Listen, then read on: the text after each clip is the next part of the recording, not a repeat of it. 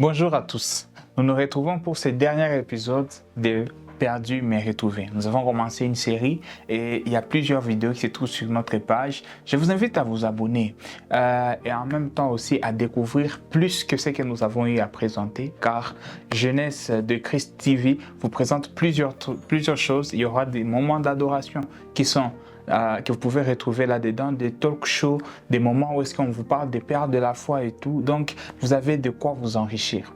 Donc, actuellement, par rapport à cette série que nous avons débutée, Perdu mais retrouvé, nous avons eu plusieurs choses que nous avons apprises. La dernière fois qu'on était ensemble, nous avons appris à accueillir ce que nous avons perdu, à les retrouver.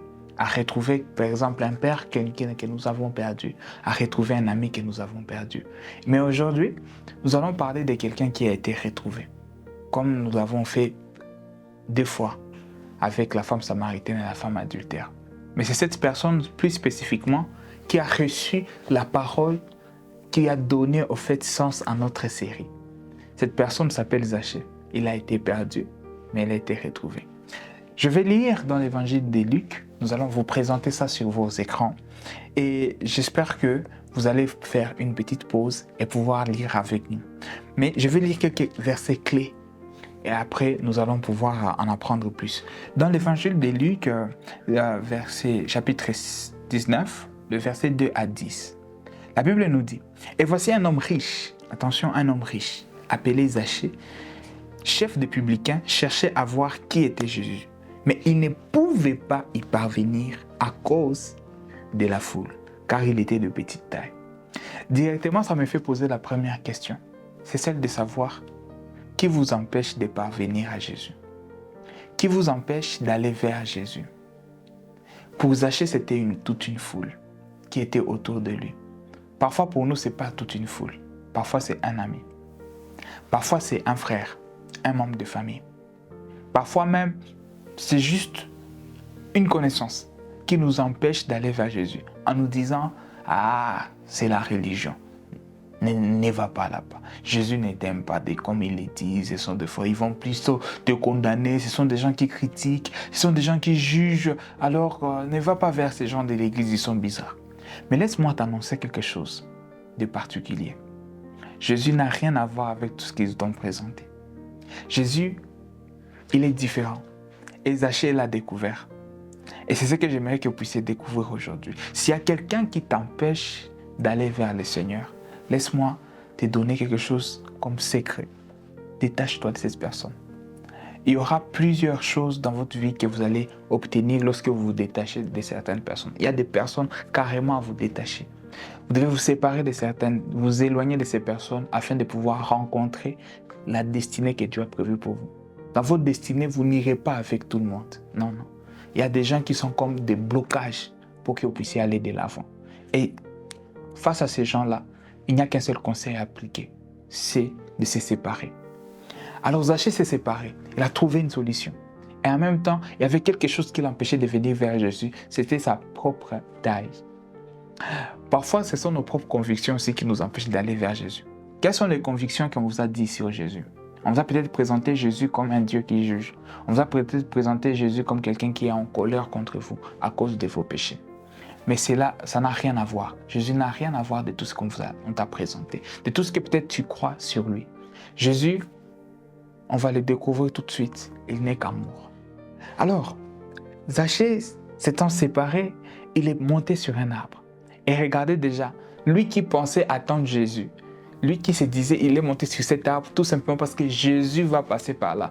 Regardez ce qui se passe. Jésus devant lui dit, Zachée, descends. Comment ça? Comment est-ce qu'il me connaît? Laisse-moi te dire, Jésus te connaît par ton nom. Il connaît les difficultés que tu as eues à traverser lorsque tu as voulu le voir. Il connaît que tu le cherches de tout ton cœur. Pendant que tu es en train de te demander, est-ce qu'il t'entend quand tu pries?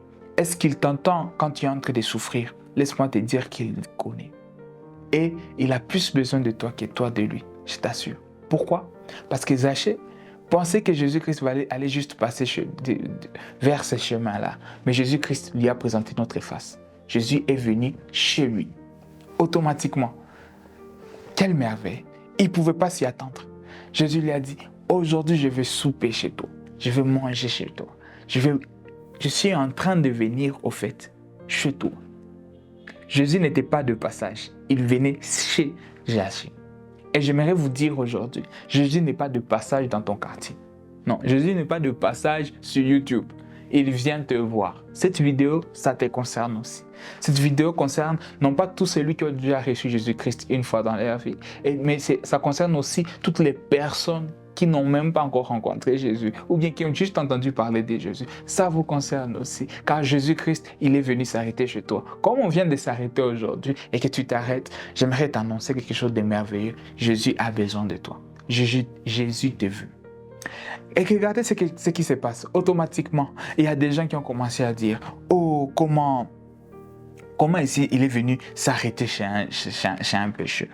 Qu'est-ce qui l'a poussé? Pourquoi il s'arrête chez un pécheur? » Les pharisiens, les religieux, je vous assure, plusieurs sont ces personnes-là qui vont vous dire que parce que vous êtes pécheur, vous ne pouvez pas être un avec Jésus. Jésus ne peut pas venir vers vous, car Jésus s'éloigne de vous. Comme eux, les religieux. La plupart des religieux vont s'éloigner des pécheurs parce qu'ils ne veulent pas être essuyés par leurs péchés. Mais regarde ce que Jésus-Christ fait.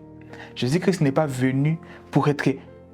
n'a pas eu peur au fait d'être essuyé par nos péchés, car il est venu les laver, bien sûr.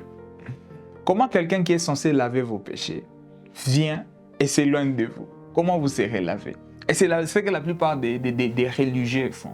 Ils s'éloignent de vous en disant « vous n'êtes pas saint, vous n'êtes pas parfait ». Ils s'éloignent de vous. Mais j'aimerais vous rassurer d'une chose, Jésus-Christ ne s'éloignera pas de toi. Jésus-Christ est venu te laver. Cette sueur qu'il y a dans ton cœur, cette sueur qu'il y a dans ta chair, Jésus-Christ est venu laver ces péchés qui t'habitent. Et en venant, il ne va pas te rejeter.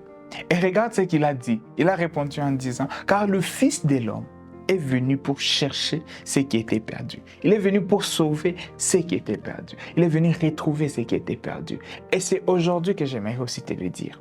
Jésus-Christ ne te rejette pas à cause de tes péchés. Il t'accueille plutôt à cause de tes péchés. Car c'est pour cela exactement qu'il est venu. Il est venu pour te sanctifier. Il est venu pour te mettre à part, afin que tu puisses être transformé par lui. Jésus, qui est Jésus? Et c'est là où nous allons finir, dans ces dernières parties. Jésus est cet homme qui te cherche. Jésus est cet homme qui te cherche malgré le mal que tu as commis. Malgré que les autres t'ont rejeté. Malgré les amis qui se sont éloignés de toi en disant que tu es une personne toxique. Jésus te cherche. Jésus te veut. Mais ne te veut pas pour te garder dans ton péché. Pas du tout. Il n'est pas venu garder Zachée dans son péché. Il est venu le transformer. Jésus, c'est la personne qui vient te transformer. Il te transformera aujourd'hui afin que tu puisses découvrir la bonté et tous les merveilles que Dieu a prévues pour toi. J'aimerais te rassurer d'une chose. Ta vie vaut beaucoup pour Dieu. Car il ne t'a pas envoyé sur cette terre en vain. Tu as un but. Il y a un but pour lequel il t'a envoyé sur cette terre. Et ce but-là, il doit l'accomplir à travers Jésus-Christ dans ta vie. Et c'est ce que Jésus-Christ est venu faire. Il est venu te retrouver pour te reconnecter à Dieu, afin que tu puisses avoir une vie pleine de sens. Il y a une vie pleine de sens qui t'attend aujourd'hui. Et j'aimerais que tu puisses l'accueillir. Et ce n'est pas tout simplement le jour où tu as reçu Jésus. J'insiste toujours sur ça. C'est chaque jour où Jésus vient vers toi qu'il vient donner du sens à ta vie. Et il vient donner du sens à ta vie. Pourquoi? Parce qu'il est amour. Il t'aime et il t'aime réellement. Il ne réclame rien d'autre que de pouvoir lui faire confiance. Fais confiance à Jésus aujourd'hui afin que tu puisses être transformé. Mets ta confiance à lui et je pourrais te garantir une chose, ta vie aura du sens. Et c'est par là que nous finissons cette série. Et que Dieu vous bénisse et je vous invite à plusieurs autres choses les prochaines fois. Que Dieu vous bénisse.